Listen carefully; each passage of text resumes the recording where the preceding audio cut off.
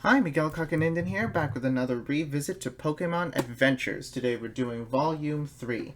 Now, as a kid, I remember this being out of the all of the Gen 1 portions of Pokémon Adventures. I remember this particular volume and everything that happens within it to be my personal favorite part of the of that part of the red, blue, and green arc, and the yellow arc as well, which we'll be getting into next time.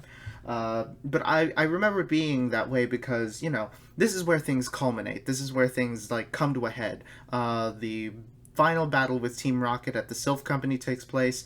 Red confronts Mewtwo. Red confronts Giovanni. And, Red and Blue have their final battle as rivals.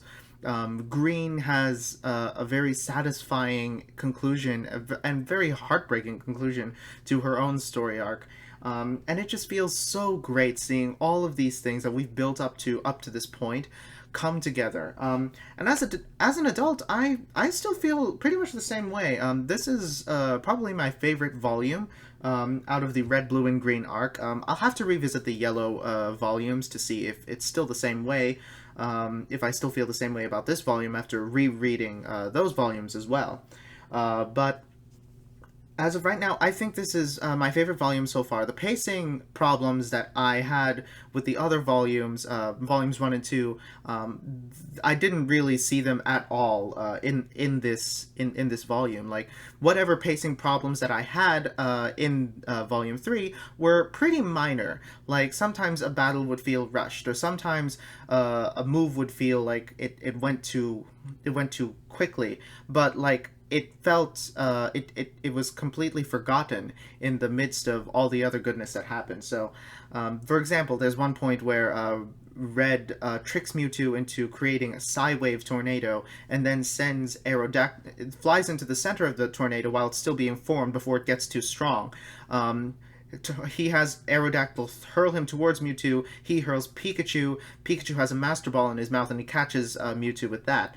That feels rushed, but it feels rushed in a way that you immediately forget when you put it in the context of the rest of the battle. And part of it is because these stories are now you see how they're more evenly distributed across multiple chapters. Unlike, for example, the first volume, where you fight Brock one chapter, and then Misty the next chapter, and then you encounter Team Rocket next chapter. Like, those felt rushed because they were contained to that specific round.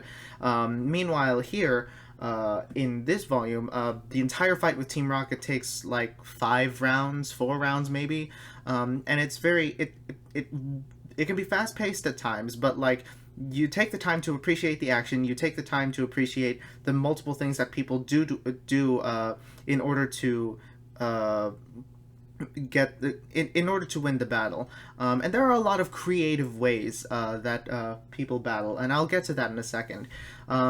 So yeah, the pacing's good. The pacing is much improved over the past few volumes, and the storylines come to very satisfying conclusions. In the final battle against Team Rocket, we do encounter Lieutenant Surge, Sabrina, and Koga one final time, and they have captured the 3 legendary birds. One thing I like about the Pokemon Adventure series as a whole, and something that I deeply appreciated as a kid, was the incorporation of legendary Pokemon, the way that they're utilized in the specific arcs that they appear in. Here, Articuno, Zapdos, and Moltres, if anyone who's played the games will remember that they don't really play too big of a role in the story. In the anime, it's a kind of a different story. They play an important role in like the second Pokemon movie, I think it was. But yeah, they play an important role in that. But here, they are actually central to Team Rocket's plans. And what's interesting is the way that they incorporate some of the game's elements into this specific battle. The gym badges. A lot of people forget that the gym badges place. They give you extra benefits in addition to, being decorations, like your entry pass into the Indigo Plateau.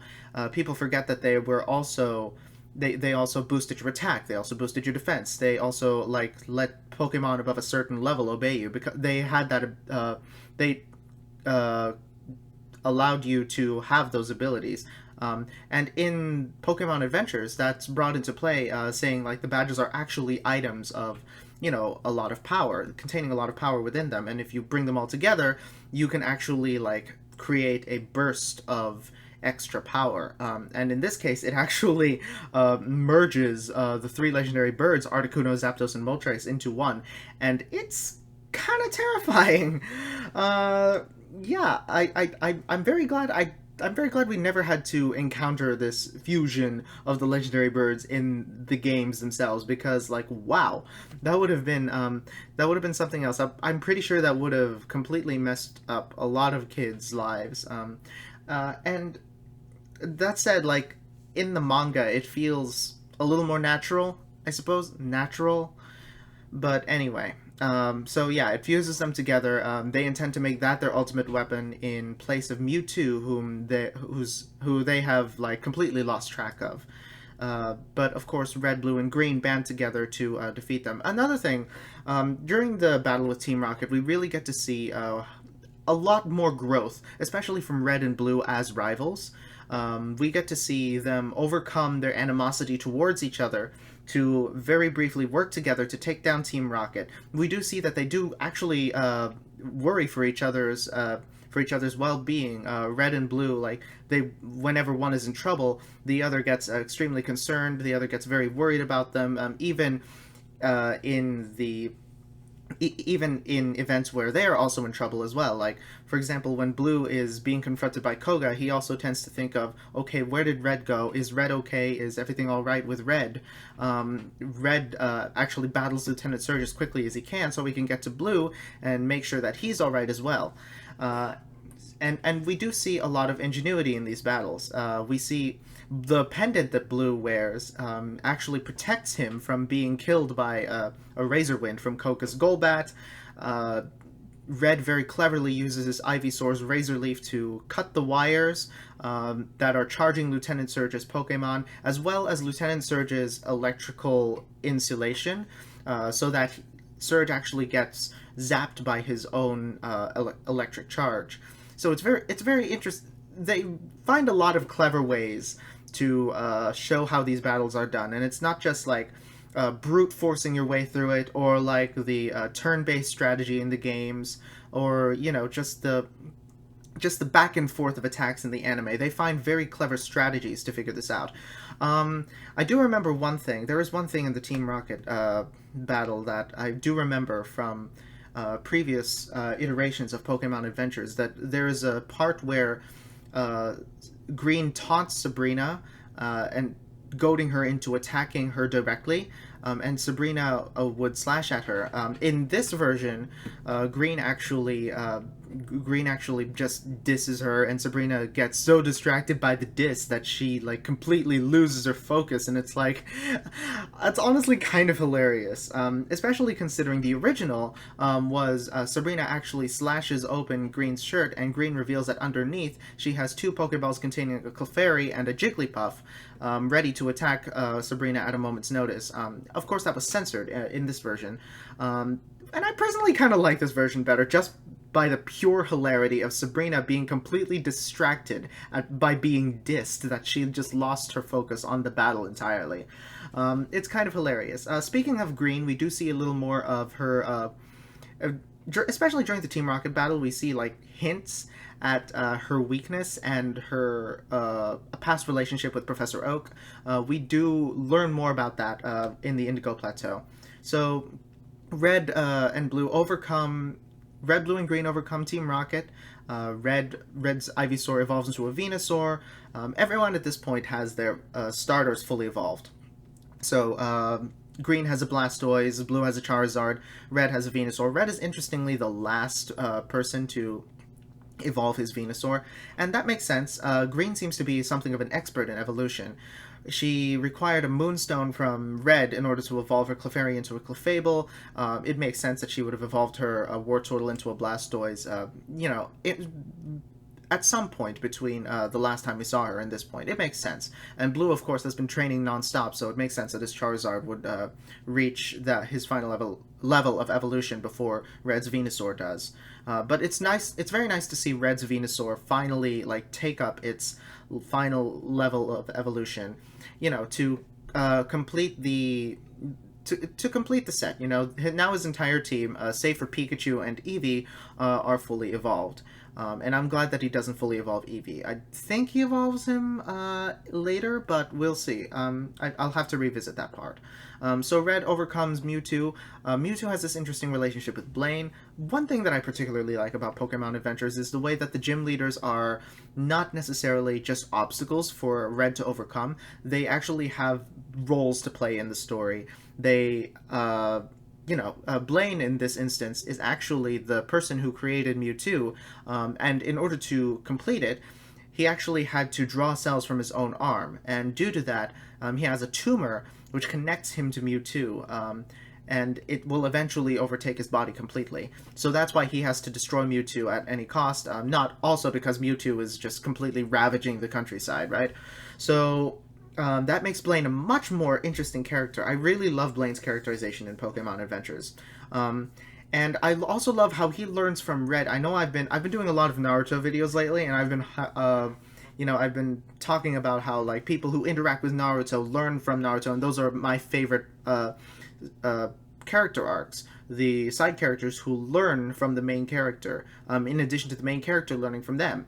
And Blaine is one of those people. Blaine learns from Red. Blaine is actually inspired by Red's dedication to protecting Pokemon and to making the world a better place by keeping people like Team Rocket from using Pokemon for their own nefarious deeds. I really like Blaine's characterization. I really like his character development. One thing I do kind of wish we could have seen more of Blaine, like actively looking at Red and saying, hey, I can learn from this guy. I can pick up things from him that Team Rocket took away from me. That kind of thing. It's extreme. It's incredibly nice, but I do wish that we could have seen more of that. Red does confront Giovanni in the Viridian gym. Before that, he meets Yellow. Yellow makes a very brief cameo, and Red confronts Giovanni. He forces. Giovanni actually is an interesting character because he respects Red. He really does. He understands that he is taken down basically his entire team, all of Team Rocket. But he is still willing to give Team Rocket a shot, and he thinks that with Red by his side, he can rebuild Team Rocket and back to its former glory.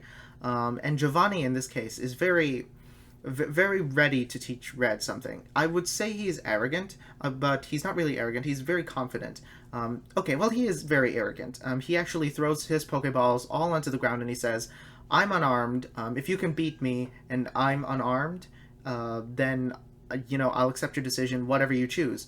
But if I beat you, then you gotta join me.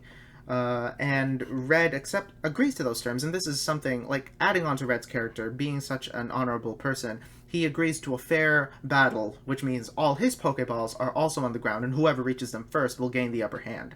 It's a very interesting, like, quick draw sort of thing, but Giovanni actually uses various strategies to turn Red's speed against him, to completely, what's the word I'm looking for? There are certain assumptions that come with Pokemon battles, like the Pokemon are the one that fight, the trainer is the one that gives commands, whoever is the fastest or the strongest will usually overcome the other. Giovanni actually turns those ideas on their heads by... First of all, he shows Red that the trainer's speed is just as important as the Pokemon speed. The trainer's ability is just as important. He also says, like, sometimes the slower Pokemon can use the opponent's speed to their advantage. All these things that Red gains from Giovanni during their battle, while at the same time Red is trying to keep Giovanni from achieving his evil goals. And he does do so in a very creative manner. Again, like all of these battles end very creatively. Red always finds a creative solution. In this case, it was Lieutenant Surge's gloves that he picked back like at the beginning of the volume that I'm assuming like I actually forgot about that. By the time I got there, I was like, wow, that was clever. I'm glad that we got to see that earlier because, now it comes to play now. It's very important. He uses those electric gloves to allow Pikachu to charge up its electricity in his hand so he doesn't get shocked. That gives him more time to release Pikachu and defeat Giovanni before Giovanni can, retaliate, which is very clever. And of course, we have the final battle between Red and Blue, and Green has her redemption arc. It's not really a redemption arc, but it's like it's a satisfying conclusion to her to the life that we've known her in which we've known her so far. We've known her as a thief. We've known her as a con artist, someone who manipulates people to her own odds and ends. So when she appears in the Pokemon League and she faces off against a mysterious opponent, she actually gets beaten. This opponent knows her weakness. It turns out that she is afraid of birds. So, due to having been kidnapped by a giant bird Pokemon in her youth, and having grown up in a place she didn't know, knowing only that she was from a place called Pallet Town, and the opponent, who turns out to be Professor Oak, knows her tendency to steal. He knows her past because he actually helped with the investigation, being a resident of Pallet Town and everything. So he's actually fully aware of what Green is of Green's weaknesses, and he uses that opportunity to teach her a lesson. Turns out that Green was jealous of Red and Blue when she found out that they were on quests to when they were Pokédex holders, that they were given Pokédexes, they were sent on training journeys. She was jealous. She wanted to go on that journey too, so she stole Squirtle, and the rest is history. It's actually really, really touching seeing Green finally break down and confess all this, and we do see Professor Oak show mercy to her and give her the third Pokédex if she promises that she has learned her lesson. And Green actually has a very touching moment, sobbing in Professor Oak's arms, and I really love Green. I think she's after this volume, I remember why I liked her so much, that I really wanted to see her gain a proper character in the games, which she did with Let's Go Pikachu, Let's Go Eevee. It's not as touching as the version here in Pokémon Adventures, but hey, it pays homage to it in a lot of different ways, including Green having a Blastoise on her and whatnot. And of course we have the climactic final battle between Red and Blue, which incorporates a lot of really, really creative strategies. Blue and Red, we see how much they've learned from each other. We see how much they've grown. We see how similar they are to each other now that they've been rivals this long. Blue, his original personality, his arrogance, and his reliance on his own predetermined strategies is now shored up with an ability to adjust to surprises, to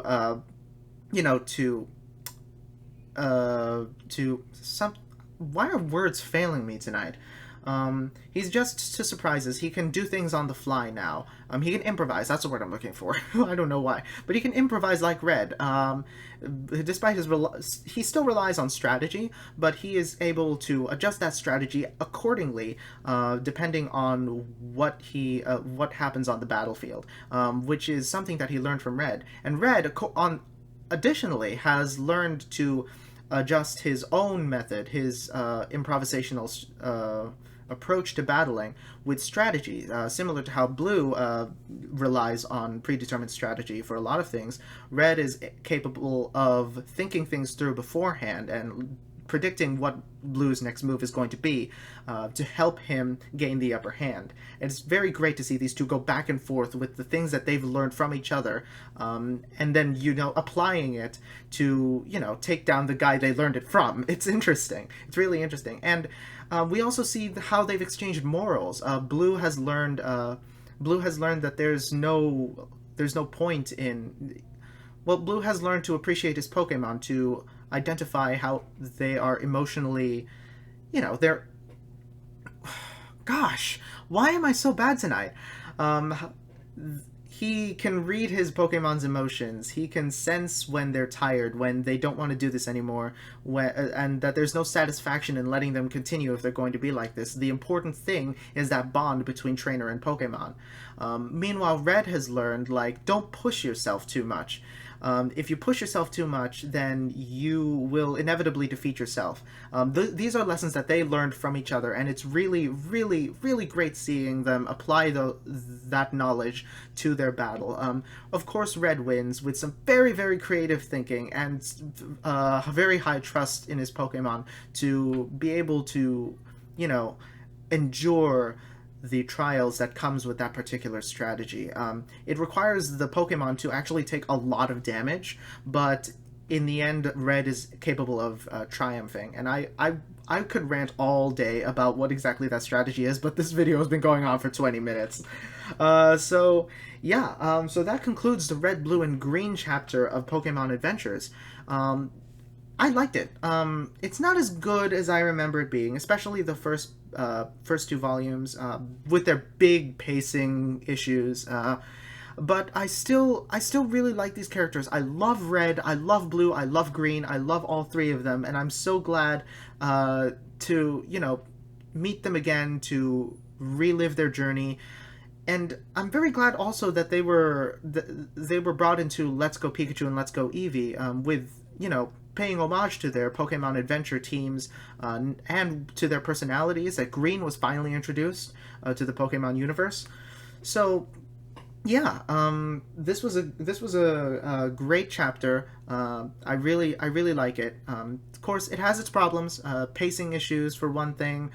It does tend to start off slow. The characters tend to start off slow. It's in their interactions that we really get to learn more about them. So, I highly recommend checking it out, especially if you're a fan of the Pokemon games. If you're a fan of the Pokemon games, then you will really appreciate what the manga brings to the table. If you're just a Pokemon anime guy, if all you know about Pokemon is from the anime or from the newly released live-action Detective Pikachu, then maybe play the games first and then come back to this, because the world of the anime and the world here in the manga are very, very different, and I think it's important for you to understand the manga world is separate from the anime world. That it's very problematic if you come into this thinking like, oh, I'm going to see Ash, I'm going to see Gary and Misty and Brock and that kind of thing. And if you're new to Pokemon, I think this is actually a great way to dive into the world of Pokemon. It may be a little bit exaggerated at times. If you go from reading the manga to playing the games, you're going to be like, hey, why can't I chop off this Arbok's head? Just keep that in mind when you're going into this manga, if you do plan on going into this manga. In the event that you want to play the games afterwards, or watch the anime afterwards, or watch Detective Pikachu. That brings the Red, Blue, and Green chapter to a conclusion. I'm not sure where I'll go with the revisited series from here. I think I'll go straight into the Yellow chapter. I think I'll do this by generation. So, Red, Blue, and Green and Yellow will be done, in a series, and then maybe I'll take a break. I'll revisit another series that I read when I was a kid, and then maybe I'll jump back to this. I'll do the Johto arc, with Gold, Silver, and Crystal, take a break, and then go into Hoenn Gen 3, alongside Fire Red and Leaf Green. So, anyway, that'll be all, and I will see you in the next volume, or in the next revisited series, whichever happens first. Yeah. Also be sure to check out my Naruto vlogs. I do also plan on doing another manga series. At the time I'm recording this, I have not started that series yet, but I think that I might have that series up and running by the time this video is uploaded. So keep an eye out for that. Definitely check out my main series. I do it throughout the week. And yeah, I'll see you when I see you. Bye-bye.